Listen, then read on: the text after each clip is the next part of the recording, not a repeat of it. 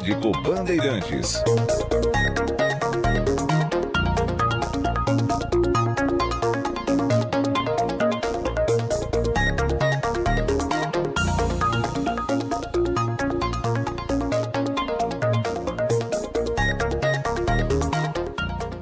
Muito bem, e abrindo o Plantão Médico Bandeirantes de hoje, estamos já em contato aqui em áudio e vídeo com a médica dermatologista, a doutora Isabel Martinez. Tudo bem, doutora? Seja muito bem-vinda, prazer enorme, hein?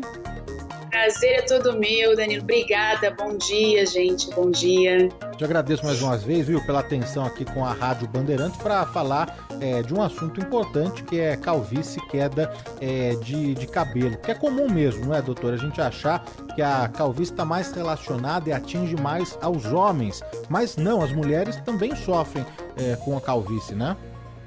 Sim, as mulheres sofrem e sofrem muito, tá? Porque existe também a questão da autoestima e as pessoas, às vezes, elas minimizam muito determinadas coisas que às vezes não sentem, né? Então a mulher, ela começa às vezes a perder cabelo, não presta atenção, porque geralmente as pessoas falam, não, olha, é normal, talvez seja de sazonalidade, tem uma época do ano em que você pode perder, está caindo o cabelo, é normal, e não é tão normal assim, né? A gente precisa começar a prestar mais atenção para você poder realmente definir o que é normal ou não, tá? Porque uma vez que você começa a perder e vê que aquele cabelo não cresceu na mesma quantidade, na proporção que caiu, você vai começando a ter um déficit. E isso acontece tão suavemente às vezes que a pessoa não presta atenção. Ela geralmente presta atenção quando cai muito. Ah, caiu muito. Aí ela vai e procura ajuda do profissional. Quando cai devagarzinho, cai, para, vai ficando ralo, a pessoa às vezes não presta muito atenção. E você acaba se acostumando ao que vê. Então começa a ficar ralo, você acha que é normal porque você não lembra de como você era alguns anos atrás e vai deixando passar e com o tempo vai afetando a sua autoestima. Você não imagina que seja isso, você já começa a se olhar no espelho e começa a mudar a posição, fica tirando foto no selfie às vezes e fala assim, não, essa não tá boa, essa aqui tá parecendo muito meu cabelo, essa aqui tá estranha, e não imagina e faz essa associação de que possa ser isso. Mas, doutora, bom, a gente vai falar do tratamento, né? Você já comentou, pincelou aí dos primeiros sinais, né? De algum indicativo de que está caindo o cabelo. Mas a calvície, ela é genética, ela é hereditária. E a queda de cabelo é que podem ter outros fatores, como o estresse. É isso? Muito bem, Danilo. É o seguinte, ó. A calvície, tá? Como as pessoas... Se fala em calvície, a pessoa pensa no homem, né? Então, a calvície, ela tem um fator genético, que é a alopécia androgenética, que a gente chama, tá? Que acontece no homem. Na mulher, existe também a calvície, tá? Que é a alopécia androgenética padrão feminino, tá? Só que, por exemplo, eles hoje observam que na alopécia androgenética padrão feminino, existe a questão da genética, né? Existe a questão hormonal e algumas outras coisas que agravam também.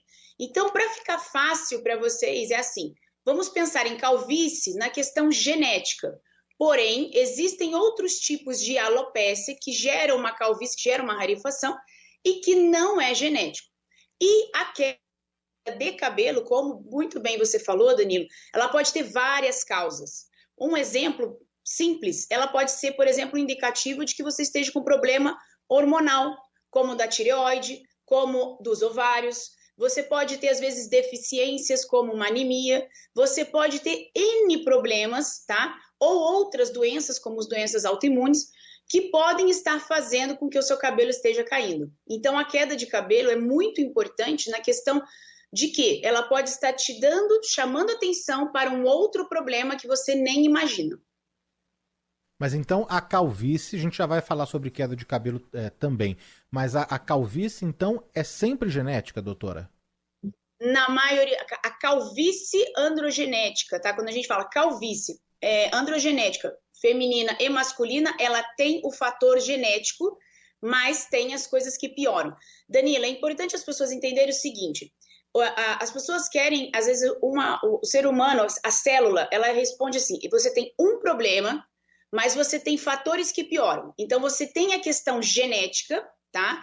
Quando eu falo de calvície num padrão genético que as pessoas conhecem, a genética é importante. Só que, por exemplo, você pode me perguntar assim: olha, na minha família nós temos genética, só que um irmão começou a ficar calvo mais tarde, né? E o outro começou a ficar calvo mais cedo. Porque aí eu tenho algumas questões, tá? Tanto da expressão genética, tá? O quanto se expressa naquele paciente aquela genética, tá? Então, vamos falar de uma forma simples. Se eu tenho um padrão, né, de expressão, se vai pesar mais aquela genética, vamos falar assim, tá? Se eu tenho um peso maior, tá? Ou um peso menor. Para cada pessoa, indivíduo, é diferente, tá? Então, vamos falar a expressão assim, que não é bem isso, mas eu não vou complicar. E um fator importantíssimo, eu posso ter a calvície, tá? Tá lá aquele padrão que a pessoa vê, tá ficando ralinho aqui na entrada, tá ficando ralinho aqui em cima, ou aqui no cocoroquinho que as pessoas às vezes perguntam, tá? Mas eu tenho fatores que pioram a calvície. E isso é importante. É genético? É genético. Todo mundo vai ter o mesmo padrão? Vai começar na mesma idade, tudo igual? Não, porque depende de cada indivíduo e dos fatores ambientais que ele vive, da forma com que ele vive, tá? A alimentação, a qualidade de vida, tudo isso também pode influenciar, então, no aparecimento mais cedo, mais precoce ou mais tardio da calvície, então, doutora? Danilo, muito interessante a sua pergunta. Esse também é um fator que influencia, sim, tá? Então, gente, olha, decora o seguinte, ó, eu tenho um fator que é o genético, ele é fixo, ele é desse tamanho aqui, tá? Que pode ser maior ou menor para cada pessoa, tá? Então eu vivo com o meu fator genético. Para mim eu vou ter menos expressão, para o meu irmão às vezes mais expressão, tá? Então eu tenho a genética do lado de cá. E agora o que o Danilo comentou, tá? Então vamos supor que a minha genética tem uma expressão menor, mas eu tenho genética, tá? E aqui eu tenho todos os meus fatores ambientais na vida. Vamos lá, pode ser tudo isso aqui, ó. Alimentação, estilo de vida, a mente. Por que a mente, tá, Danilo? Porque o estresse, que as pessoas às vezes falam assim, tudo é estresse. Gente, não é bem assim, não minimize o que a sua mente vive todos os dias, tá? Não minimize aquilo que você passa de problema e que fica no seu inconsciente como uma defesa, porque isso gera uma reação no organismo, tá? A longo prazo, que nós chamamos de estresse crônico fadigado, por exemplo. E como é que isso reage? Você tem aquele estresse, tá? O seu cérebro, ele vai reagir com produção de algumas substâncias químicas e que vão, ao longo do período que você passa isso continuamente, tá? Eles vão começar a reagir nos seus hormônios e vão gerar consequências, tá? Isso é muito importante, Danilo, eu trazer essa questão dessa explanação do que é um estresse crônico fadigado, porque as pessoas, eu volto a dizer, minimizam o que é invisível aos olhos, o que não é palpável, tá? Eu vou dar um exemplo claro, igual a hipertensão. A pessoa hipertensa, tem dias que ela não está sentindo nada e ela não toma o remédio. Mas aquele problema, aquela hipertensão, ela está gerando uma consequência naquela pessoa toda vez que ela não está com ela estabilizada, tá? Mas ela não é visível, não é palpável, e aí as pessoas esquecem delas. Então, exatamente, Danilo, que você levantou. Gente, o que você consome, o que você come, interfere e muito, porque pode te inflamar ou não, e isso piora, tá? O que você vive e o que é estresse crônico fadigado? Sabe aqueles problemas que a gente tem continuamente, que você olha e fala, eu não tenho solução, eu vivo sob um sofrimento X, Y, Z. Gente, busque, né, ajuda para você conseguir melhorar isto, tá? Doutora, já está chegando, claro, muitas perguntas aqui, muitas dúvidas dos ouvintes, a gente vai abrir em instantes, mas antes uma dúvida geral mesmo que está aparecendo aqui, né? O uso frequente de boné, de chapéu, né, de qualquer coisa ali que vai abafar né, o couro cabeludo, não é? Isso tem também alguma relação com a calvície ou com a queda de cabelo? Tem muitos pais preocupados, né, que o menino ou a menina só usa o boné na cabeça, fica o tempo todo, vai jogar bola e já fica com a cabeça suada, põe o chapéu, põe o boné. Isso tem alguma relação? Ai, que legal, gente. Muito obrigada pela pergunta. É assim, olha, Danilo, o que que acontece? Vamos pensar. Se eu estou utilizando um boné, tá? E realmente tem adolescente que fica o dia inteiro. Ah, e tem mais um detalhe, tem aquele boné predileto, preferido dele, né? E ele não muda o boné e fica o dia inteiro. A gente tem que pensar em alguns fatores. Por exemplo, se eu uso um boné, né, muito apertado, porque geralmente eu tenho uns adolescentes lá, eles usam muito apertado e fica acaba machucando. Então eu posso gerar uma atração sobre o folículo. Por quê? Porque é um movimento repetitivo e contínuo, tá? A mesma coisa, por exemplo, não é do boné, mas quando você puxa o cabelo da sua filha e você faz aquele penteado que fica esticadinho, bem puxado, tá? Você pode gerar uma alopécia de tração, então você piora, tá? A alopécia. A questão do boné também, você tem uma área que vai ficar o quê? Úmida, né? Ela vai ficar abafada. Então, todos nós, temos um funguinho que vive com a gente, vive com todo mundo, tá? E ele, logicamente, ele vai, às vezes, proliferar, né? Aumentar a produção dele ali, vamos falar, ele vai começar a multiplicar dependendo do que eu esteja vivendo naquele momento, tá? Então, tudo que facilita a vida dele é melhor para ele. Então, lugares úmidos, tá? Abafados. Agora, eu mudo o boné, eu não uso ele muito apertado, eu tiro de vez em quando, eu não tenho uma dermatite. Então, você pode utilizar, mas com cautela. Tudo que é no desequilíbrio não faz bem. Tá? Então pode explicar ao adolescente que ele vai ter que ter mais de um boné que ele goste, porque ele tem que botar no sol para pegar um ar, evitar apertar demais. E outra coisa, entender o porquê ele usa boné, né? Porque às vezes eu tenho adolescentes, por exemplo, que têm cicatriz de acne ou que têm acne, e eles usam o boné para esconder a face, porque eles têm vergonha. Então eu sei que não é a pauta, mas eu estou chamando a atenção também dos pais para poder entender se é só moda. Ah, não, eu já defini que ele usa porque o amigo usa. Veja se realmente é isso. Mas, em suma, tenta tomar algumas atitudes de usar mais de um boné, não usar tão apertado, tentar evitar realmente de usar, tipo, 12 horas seguidas, tá bom? E observar esses detalhes, tá? E com relação à química? É assim, Danilo. A química tem que prestar atenção se a pessoa tem alergia, primeiramente, né? Porque existem pessoas que são sensíveis, né? E tem sensibilidade, pode ter alergia, tá? Se você tem alergia àquele produto químico, seja ele qual for, ou tem alergia a algum produto, ele vai estimular uma reação alérgica e pode gerar uma queda capilar, tá? Então, isso pode acontecer. Agora, eu não tenho alergia, tá? A esse produto. Não existem estudos científicos que comprovem, tá? Que aquele produto em específico que não causa alergia, nunca me deu sensibilidade de nada, vai gerar queda, tá? Precisam-se de mais estudos. Porém, eu estou falando sobre a tintura, tá? Você tem que tomar cuidado com o que você faz, porque, por exemplo, tem pessoas que às vezes fazem determinados procedimentos que depois cai o cabelo ou que fica com uma coceira muito grande, tá? Toma cuidado, veja se realmente esse é um padrão normal, né? Que não, na maioria das vezes não deveria ser, porque às vezes o organismo está reagindo e te falando, olha, isso daqui não é bom para mim, tá bom? E tente observar como é que fica depois o seu cabelo, tá bom? Então, tudo isso, Danilo, é uma pergunta importantíssima, mas que traz para as pessoas que elas têm que observar a individualidade dela, porque o que causa para mim não causa para o outro, tá? Doutor, a gente vai abrir aqui algumas perguntas que já chegam dos nossos ouvintes aqui por WhatsApp. Reforçar aqui o nosso número de WhatsApp para o nosso ouvinte mandar perguntas de áudio. 11 999 048756. Bom dia, Danilo, tudo bem? Aqui é o Gilberto do Jardim Universal, Zona Sul de São Paulo.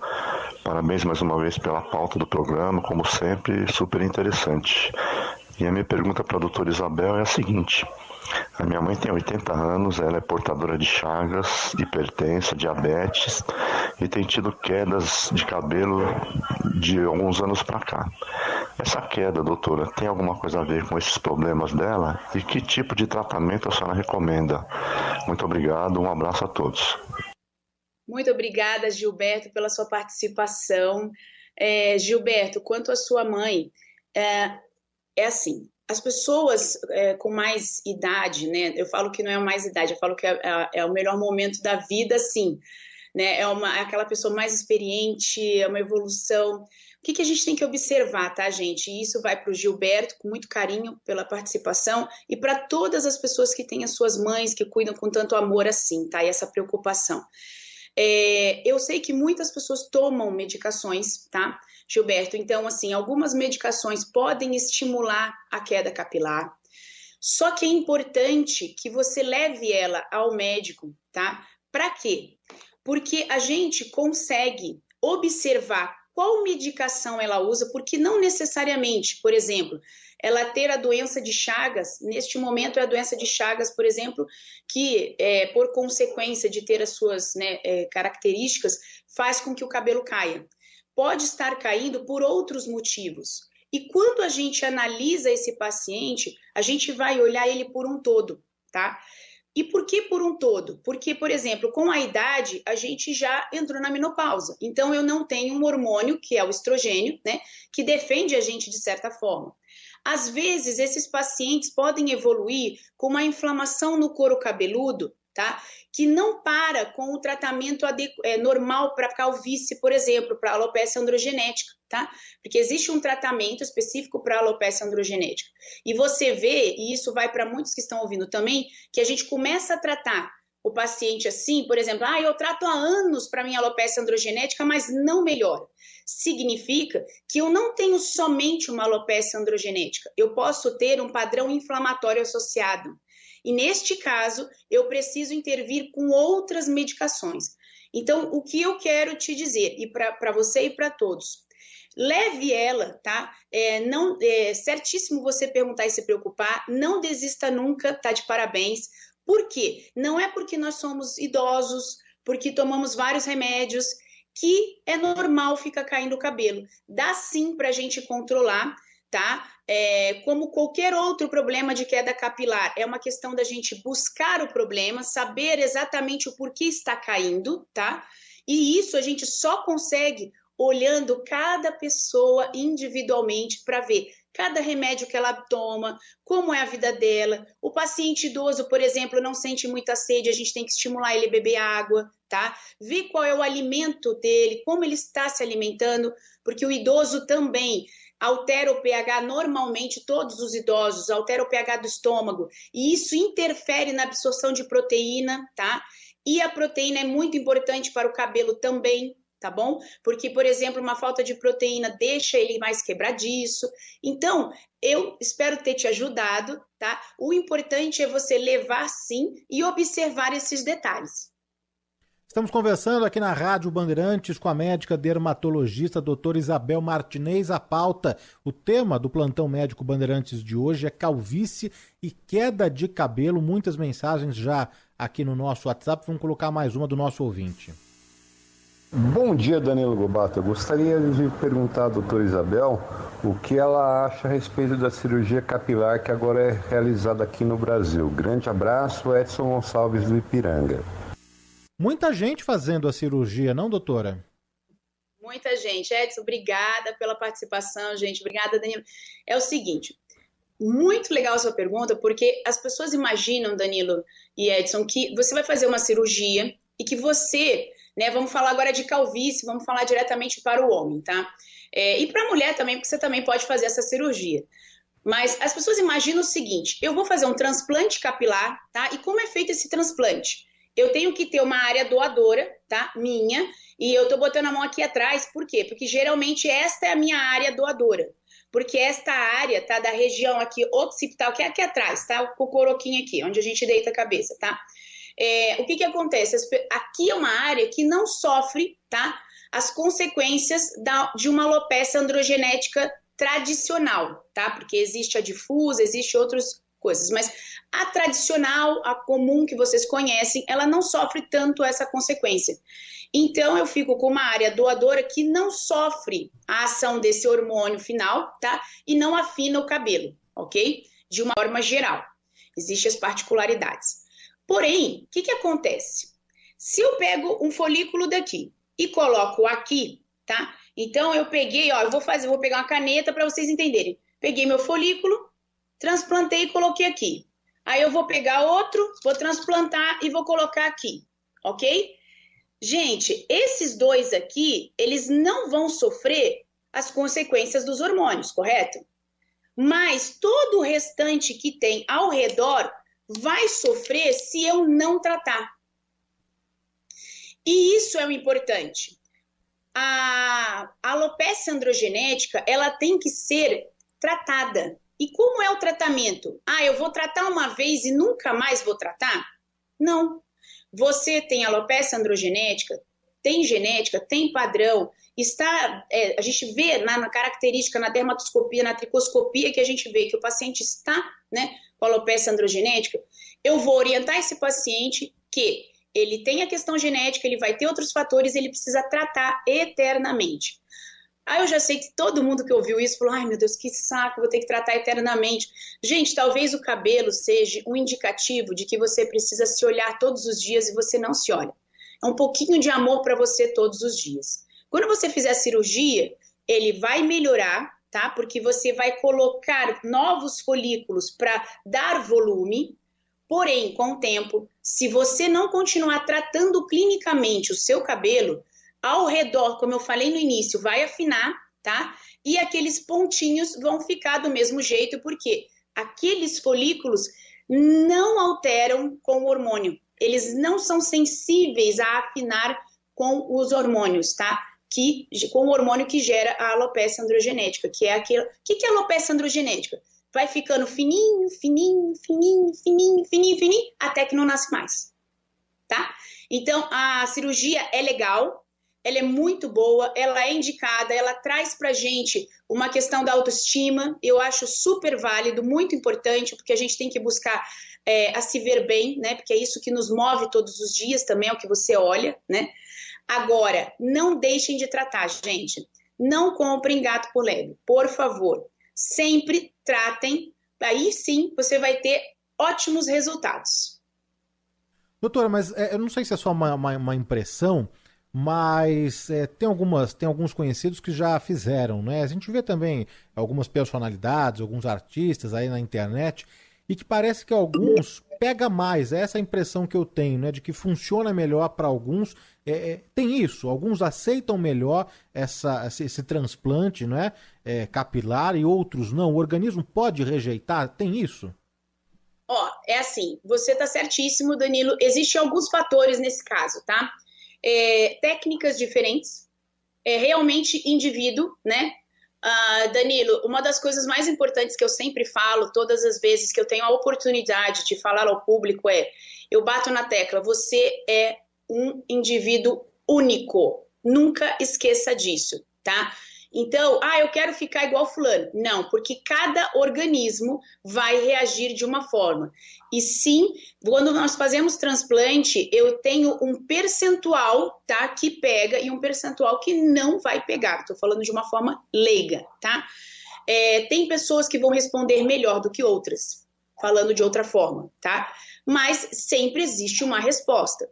E existe também a questão da técnica, tá? E existe também, Danilo, as pessoas que também não continuam tratando, porque aí pega, fica bom, mas às vezes a pessoa não trata, vai afinando ao redor. Porque as pessoas imaginam que essa área doadora é infinita. Tira daqui, põe aqui, tira daqui, põe aqui, tira daqui, põe aqui. Só que, gente, deixa eu falar uma coisa para vocês. Se eu tiro um folículo, tá? Uma unidade capilar, eu tiro ela total. Então, aqui não vai ter mais aquela unidade capilar. Então, não tem aquela coisa assim, eu vou tirar daqui, depois eu tiro de novo, tiro de novo, tiro de novo. Não, existe um número que eu posso tirar, depois eu não tenho mais para tirar. Por isso é tão importante o tratamento, tá? Contínuo, de se cuidar, não tem problema, tá? Cuide-se, porque aí você vai ter sempre uma área aqui em cima boa, né? E a área doadora, você sempre vai tirar o mínimo para você poder transplantar. E esse é o método mais avançado hoje, doutora? Mais moderno? Existem algumas técnicas, né, Danilo? O que acontece? Existe a técnica que você corta, né? Você tira uma faixa, tá? Existe o FUI, que nós chamamos. O que é o FUI, tá? Há uns anos atrás eu fui para os Estados Unidos para estudar com um colega, que ele é presidente da Academia Americana, né? E é assim, ó, o FUI é isso aqui, ó. Imagina a ponta de uma canetinha, tá? E aí eu vou retirar cada unidade folicular, ok? Então eu vou lá com isso daqui e tiro. Anestesio a região e vou tirando um por um, depois eu conecto um por um. Ou eu vou lá, faço uma cirurgia, tiro uma faixa aqui atrás, tá, do couro cabeludo, pego esta faixa, ok? Aí nós temos os auxiliares, tá? Eu não faço cirurgia, eu sei, porque eu gosto de estudar tudo aquilo que envolve o que eu trabalho, né? Eu preciso saber o olhar, né? Até quando é bom, quando não é bom, até para eu poder indicar para o paciente, falar, ó, agora você tem que fazer transplante. E o que acontece? A gente pega aquela faixa, corta pequenininho, tá? Então, o que é pequenininho? Eu vou separar cada fiozinho, gente, cada unidade folicular. Por isso que é cortar pequenininho. Ah, eu vou fatiar? Não, eu vou lá com o microscópio, pego cada unidade, depois eu transplanto. E aí existe a técnica, eu vou transplantar na direção X, Y e cada desenho, porque a gente, né, desenha o paciente antes, tá? Para o paciente ver até onde vai, o que é importante, qual é o local que eu vou colocar mais, colocar menos. Então, tudo isso é uma arte mesmo, tá? Eu falo que é um trabalho, é igual quando a gente trabalha rosto do paciente, é uma arte, é a arte de esculpir, tá? Não é uma coisa simples, coloca aqui, tira ali, bota de qualquer direção, o folículo vai nascer em qualquer direção. Não, existe toda uma arte nisso, que é muito importante e que a gente se preocupa, que é a arte do cuidar do indivíduo individualmente.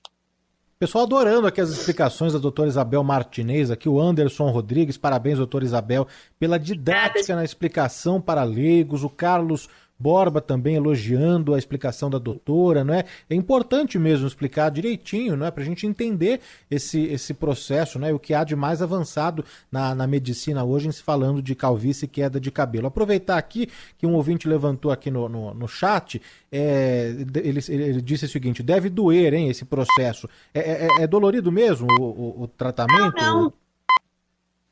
Não dói não, porque você tem anestesia, né, Danilo? Você tem que fazer sobre anestesia, então é bem tranquilo, tá? É lógico, né, gente? Toda cirurgia depois requer um repouso, uma coisa, mas não é nada, tá? Não é nada. E cada ser humano tem um pouco mais de sensibilidade no pós, mas não é assim, tá? É igual, por exemplo, quando eu faço o tratamento nos pacientes clínicos, né? Em que às vezes eu preciso estimular o bulbo, em que às vezes a gente precisa fazer injetar um pouco de substâncias para poder o estímulo, porque cada paciente, quando você tem alopecia, eu tenho que saber o que está acontecendo para naquele momento entrar. Você sabe, Danilo, que é importante, até para eu falar uma coisa, o homem acha, vou deixar um alerta, porque eu vi que tem muitos homens, tá, nos ouvindo, os homens acham que toda queda de cabelo, quando ele olha, meu cabelo tá caindo, isso é calvície. E eu queria deixar um alerta, tá, Danilo, para vocês homens. Por favor, nem sempre, quando o seu cabelo cai, é a questão da calvície androgenética, tá, da genética. Você pode ter outras alterações que fazem o cabelo do homem cair. Eu tenho muitos homens na clínica que às vezes apresentam uma alopecia areata local, que cai o cabelo, alopecia areata difusa às vezes, que cai como se fosse um padrão de calvície. Eu tenho pacientes que têm líquen plano. Homens, eu sei que vocês vivem sobre uma pressão muito grande, eu sei que existe uma responsabilidade, eu sei que existe toda uma cultura, tá, de que aquela coisa do homem sempre olhar para o externo, olhar para a família, mas ele olha pouco para si. Tá? Então eu quero deixar, Danilo, essa análise, esse pensamento para vocês, dividir com vocês. Eu tenho atendido muitos homens que por estresse, por vida, por condições, né? Por exemplo, eu tenho homens que têm dermatite seborreica, né? Que tem uma descamação intensa no couro cabeludo, não tem cura, mas tem controle. Tem homens que, por exemplo, homens e mulheres que a dermatite seborreica é estimulada por um processo inflamatório intestinal, e eu só consegui, né, estabilizar esses homens depois que nós vimos essa questão do intestino. Então, assim, gente, o que eu gostaria de deixar aqui de mensagem muito importante para o homem, nem sempre toda queda capilar, que você vê que seu cabelo tá ficando ralo, tá caindo, é calvície. Ah, vou deixar para lá, não tem jeito. Não é isso. Às vezes é uma outra doença e muitas das vezes hoje em dia a gente vê isso, tá? Que o homem também sofre de queda capilar por outros motivos, tá bom? Ouvinte final de telefone 9301, não deixou o nome aqui, mas disse que deve doer só no bolso então, né, doutora? Aí é verdade, sim, né? Mas olha, Danilo, você sabe que com o tempo eu aprendi uma coisa, né? A gente às vezes compra, eu brinco, né? A mulher vai lá, né? Às vezes a mulher vai lá, compra um sapato e fala assim, nossa, esse sapato é maravilhoso. Aí quando ela vai comprar alguma coisa para ela, para a beleza dela, para ficar bonita, ela fala, não, isso aqui é caro. Então, o caro e o barato é relativo, né? Verdade. Mas, lógico, tudo dói no bolso, mas é relativo. Por que eu tô falando isso? Porque o mais importante é as pessoas começarem a sair dessa estação da escassez própria. Para ela, tudo é caro, mas para o outro, ela gasta, ela compra, ela vai... Entenda, tá? Esse é um pensamento só para vocês refletirem, né? Tudo para o pai, para a mãe, não, para mim não, para mim não, tudo é caro. Mas quando vai para o outro, sempre não, gasta e fala assim, gente, mas eu gastei e nem senti. Então, realmente, né? Não é barato, mas não sei se vai doer. Talvez vai te gerar uma autoestima tão grande que você vai multiplicar o seu dinheiro porque você se sente bem, feliz para falar com as pessoas, não se esconde. Então, isso é muito relativo, né? Mais perguntas aqui do ouvinte Bandeirantes. 11 999 048756. Bom dia, Danilo. Meu nome é Cláudio, eu falo aqui de Santos.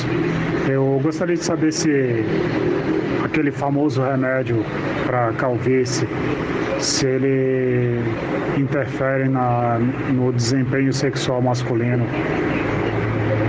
Obrigado. Muito obrigada. Gente, é assim, ó. Depende, tá? Depende. Existe sim o histórico, tá? Mas não é um percentual alto. Eu tenho alguns pacientes que tomam, tenho alguns que não tomam. Tenho pacientes que a gente utiliza topicamente, tá? Isso é uma utilização que a gente chama de off-label, né? Nós fizemos agora, eu fiz um estudo junto com o pessoal da Unifesp, da farmácia, para a gente mostrar até a questão de absorção sistêmica quando a gente usa ele topicamente, porque nós queríamos provar se tinha ou não absorção sistêmica, se daria repercussão sistêmica, que eu quero dizer, gente, no organismo, tá? No sangue, tá? E consequentemente também nessa questão de chegar até a alterar, né, da impotência, alguma coisa assim. Então, assim, o de tomar, tá? Existem estudos que sim, você pode ter uma interferência. É uma interferência momentânea, tá? Por quê? Porque você toma, teve essa interferência, você para e ele volta ao normal. Isso é o que diz a literatura, ok? E por que isso? Porque se você tomasse o remédio e ela ficasse, né? Então, você não precisaria tomar o remédio todos os dias, porque, teoricamente, ela estaria bloqueando todos os dias com um comprimido só. E não é assim que funciona. Você tem que tomar esse remédio todos os dias para você ter o efeito dele, né? Porque quando você toma uma medicação, ele tem um tempo que ele vai chegar no que a gente chama de platô, tá? Ele vai chegar lá no pico, né? No sangue, naquele pico, e depois ele começa a baixar o nível dele no sangue. Então, ele vai indo embora, ok? Você tem que tomar o remédio todos os dias porque ele não fica continuamente. Então, quando você retira a medicação, teoricamente, o paciente que teve isso realmente volta ao normal. Por que eu estou falando teoricamente? Porque eu estou falando da literatura. Eu não posso falar, tudo volta ao normal. Sim, a literatura diz que volta ao normal porque você tirou a medicação. Agora, a questão importante é, a maioria sofre isso pelos estudos? Não, gente. Isso é um percentual muito, muito, muito pequeno, mas infinitamente pequeno, tá? Algumas vezes até se questiona se às vezes a pessoa não está passando por algum problema, porque vamos combinar, né? Imagina que você esteja com um problema. Olha, com problema em casa, com problema no trabalho, nós estamos na pandemia, às vezes falta de dinheiro, um problema com o filho. Gente, não existe pessoa no mundo que, cheio de problemas, às vezes vai chegar e falar assim, nossa, eu vou ter uma noite de amor maravilhosa. Não, não funciona, porque você está com tanto problema que aquela outra parte do desejo sexual também não vai funcionar, porque são vários problemas que a gente está vivendo, tá? E isso também, Danilo, é muito importante, porque às vezes o paciente deixa de tomar uma medicação que para ele faria bem, né? Trataria por coisas que ele acha que vai acontecer, mas que ele esquece que outras coisas interferem nisso também, tá? Então, eu espero ter explicado, eu sei que eu me estendi um pouquinho na explicação, mas eu acho que falar sobre essa medicação é importante, porque a gente tem que desmistificar e trazer para vocês que cada indivíduo é único. Então, a definição de que você vai tomar ou não é sentar com o seu médico, ver os prós e os contras, tá? Ver o momento em que você está vivendo. Só tem isso para tratar a alopecia androgenética? Não, não só tem isso, tá? Então, você pode tratar com outras coisas, ok? E ele vai te explicar qual é o percentual de eficácia disso. Doutor, o Afonso Celso Ramos pergunta aqui no nosso chat do YouTube. Bom dia, eu fiz o transplante capilar há mais de 20 anos e não ficou bom, eu perdi praticamente todo o transplante. Será que ainda tem jeito? Foi aquilo que você colocou, né? Que precisa haver também a manutenção clínica, né? Do transplante, né? Mas nesse caso, passado tantos anos aí, ainda tem jeito, doutora? Olha, a gente tem que ver se ele tem área doadora, qual que é a área, porque assim, primeiro eu tenho que ver qual é a extensão que eu tenho de rarefação, tá? Depois, o que é a extensão de rarefação? Quanto está calvo, né? Quanto eu tenho de abertura. Depois disso, tem que ver a área doadora, se eu tenho área doadora para isso, tá? Eu quero botar 2.000, 3.000, 4.000, então, unidades. Eu preciso saber se eu tenho área doadora para isso. E é muito interessante a sua pergunta, porque, novamente, eu venho falar, o paciente, quando ele faz o transplante, ele tem que continuar com o médico, eu falo clínico, porque, geralmente, o cirurgião que faz o transplante, eu sei porque eu tenho alguns colegas que fazem, então é assim, a gente trata, encaminha para o colega faz o transplante, devolve para a gente e a gente vai acompanhando esse paciente, porque em cada momento a gente precisa, às vezes, entrar com uma medicação diferente, hoje em dia tem várias coisas e cada pessoa reage de uma forma.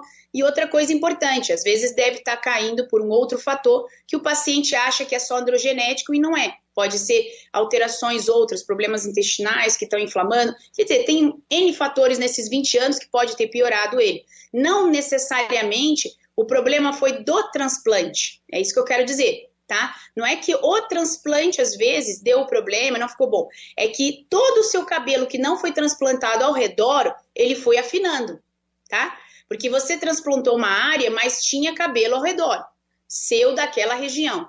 Esses cabelinhos que estão aí, que não são transplantados, se você não tratar, eles vão sofrer a consequência da alopecia androgenética. Então, eles vão ficar finos. E aí, com os anos, você só vai ver alguns cabelos, né, ali, e o restinho ralo. Aí você vai falar, será que foi o transplante que caiu? Não, na realidade, o que caiu, ou o que sumiu, é o seu cabelinho que tinha, tá? E o transplante ficou, porque ele geralmente não sofre as consequências do hormônio, tá? Vamos colocar mais uma aqui. Danilo, bom dia a toda a Rádio Bandeirantes, bom dia a doutora que está aí. Eu tenho uma dúvida. Quem tem caspa ou seborreia tem perigo de adquirir calvície? Obrigado. Obrigada. Olha só, a calvície, tá, androgenética, você tem que ter a questão genética. Porém, quem tem dermatite, tá, pode ter queda capilar, tá? Por quê? Porque a dermatite, que é esse processo inflamatório do couro cabeludo, tá, ele é piorado por estresse, para quem tem sabe disso, né? Agora, uma coisa interessante que acontece, às vezes o paciente tem uma dermatite seborreica, ele acha que aquela ali é só uma dermatite, não foi diagnosticada como dermatite, às vezes, ele viu, tem descamação, não, isso é uma dermatite, meu amigo tem, e às vezes não é uma dermatite, pode ser uma psoríase, tá? E essas lesões inflamatórias do couro cabeludo, sim, podem levar queda capilar, tá? diferente, tá, da alopecia androgenética. Por quê, gente? Eu tô só puxando esse gatilho de falar, androgenética é genético. O genético vai sofrer a questão do hormônio que vai afinar. Só que se eu tenho dermatite, tá? Eu posso ter queda capilar, sim. Por quê? Porque eu inflamo o couro cabeludo, aí tem a proliferação do meu funguinho e fica piorando e coça e inflama, para. Então eu posso ir desenvolvendo uma queda capilar com o tempo, uma lesão naquela região, pequena ou grande, vai depender. E se o paciente tiver genética, vai piorar a alopecia androgenética dele. Então ele é um fator que pode sim contribuir para a queda capilar. Mais uma aqui para a gente encerrar aqui a participação da doutora Isabel Martinez nessa edição do Bom e do Melhor. Vamos lá. Bom dia, Danilo. Aqui é o Salvati da Vila Sabrina. Eu gostaria de saber se a brilhantina que usei muito nos anos 70 que me deixou careca, pois eu sou o único da família assim. Muito obrigado e parabéns aí pelo programa, hein? Foi sorteado o nosso ouvinte, doutora? Nossa, gente, muito obrigada pelo carinho. Olha, eu não tenho como te falar que foi, tá? Porque, às vezes, você pode ter sido geneticamente sorteado da família, tá? Porque é o que eu falei pra você, lembra dos meus potinhos, né? Aqui são os meus irmãos, tá? Eu posso ter genética familiar lá do meu bisavô, do meu avô, da minha avó, tá? Porque as pessoas acham da minha avó lá, então eu posso ter minha genética. Cada irmão pega o seu potinho de genética, né? O seu pode ter sido esse, né? E dos seus irmãos, às vezes, foi só a tampinha, ninguém nem viu, ficou só pequenininho ali. E, logicamente, que dependendo de como você, né, cuidou do cabelo e teve aquela questão até que eu estava falando, de algumas alterações que a gente tem no cabelo no decorrer da vida, pode ter piorado sim. Agora, se foi dela, não vou poder te dizer, mas eu votaria mais em analisar o contexto do que falar que foi ela exatamente, até porque se você usou ela por tanto tempo, ela foi muito importante para você, né? Ela fez parte da sua vida, te deixava bem, né? Você se sentia confiante com ela ao utilizar.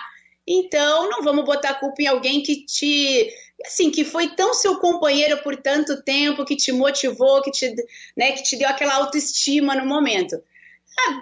Acho que não, né? Não sei. Vamos deixar para a vida responder, mas não vamos reclamar dela, não. Ouvinte de final do telefone 4655 faz uma pergunta interessante aqui, que é a dúvida de muita gente mesmo, viu, doutora? Que é sobre lavar ou não o cabelo todos os dias. Essa é uma questão, né? Sim. O que acontece? Você pode sim, Danilo, lavar o cabelo todos os dias, tá? Não existe problema nenhum nisso, pelo contrário. Quando a pessoa tem muita oleosidade no cabelo, tá? Ela precisa lavar o cabelo todos os dias. Quem sofre com isso não é o couro cabeludo especificamente. Quem sofre é mais a haste do cabelo, tá?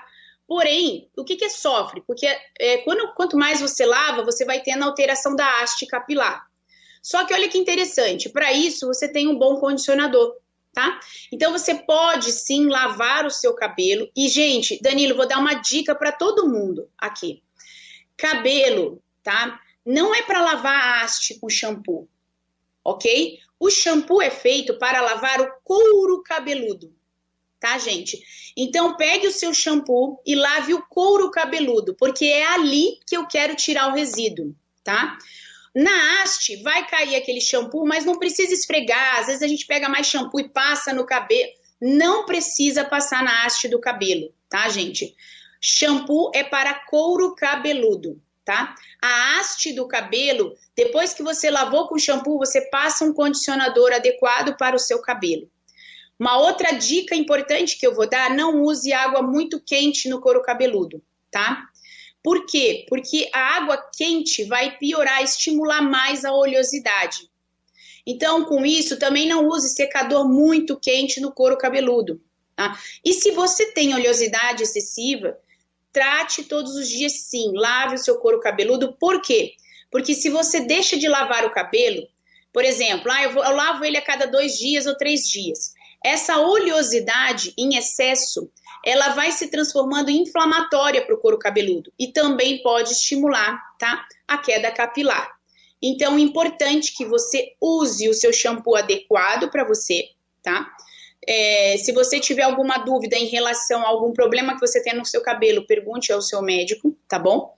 E você passe condicionador na sua haste, mas pode lavar sim. Conversamos aqui na Rádio Bandeirantes com a doutora Isabel Martinez, médica dermatologista, falando hoje sobre calvície e queda de cabelo. Doutora, obrigado mais uma vez pela atenção aqui com a Rádio Bandeirantes, e os ouvintes estão adorando. Muitas perguntas, muitas mensagens ficaram de fora, mas a gente já marca uma próxima, pode ser? Pode, claro, com muito prazer. Muito obrigada, Danilo, pelo seu carinho, tá? Muito obrigada ao ouvinte. Hoje eu trouxe algumas questões masculinas, tá? Bati bastante o papo sobre isso, Danilo, porque é o que eu falei, o homem é sempre o esquecido, assim, nessa questão, né? Ele se preocupa, mas ele esconde essa preocupação por uma crença, né, de que existem outras. E por isso que eu trouxe muito à voga essa questão do homem, tá? Mas podemos sim marcar uma outra, porque é muito importante a gente falar, existem várias doenças capilares, na questão também que acomete a mulher. E vou deixar um presente para vocês com uma dica, tá? Se vocês observarem, tá, gente, que mulheres que vão prender o cabelo e que o seu cabelo, tá? Antigamente você tinha que dar três, né, voltas no seu elástico. Hoje você tá dando uma. Se você observar que vai para o sol e tá ardendo o couro cabeludo, tá? Ou que você tá mudando muito o cabelo para poder disfarçar, tá? Que você acha que tá vendo o couro cabeludo, isso pode ser um sinal de calvície. Essas dicas simples e fáceis fazem com que você comece a se observar. Então, cuidem-se. Muito obrigada, Danilo, pelo carinho, pela confiança, e obrigada a você, ouvinte, que vocês tenham um final de semana muito abençoado, e nunca esqueçam que vocês são únicos e que é muito importante, porque você deu uma rateada. Você. Então cuide-se, isso não é bobeira. Isso é você. Deu uma rateada aqui na conexão da doutora Isabel Martinez, mas já agradecer aqui pela atenção, pelo carinho e desejar aí um bom fim de ano, boas festas. Obrigado, viu, doutora? Acho que perdemos, né, Gi? Acho que perdemos o contato com a doutora, mas fica aqui o carinho. Tá ouvindo? Tô ouvindo. Eu dei tchau, beijinho, porque eu pensei que eu tinha sumido. Eu falei tchau, beijinho, Vitor. Beijinho aqui. Doutora, obrigado. Bom fim de ano pra você, hein? Obrigada, gente. Um beijo. Até. Fiquem com Deus, viu? Obrigada pelo carinho. Beijo grande. Bandeirantes.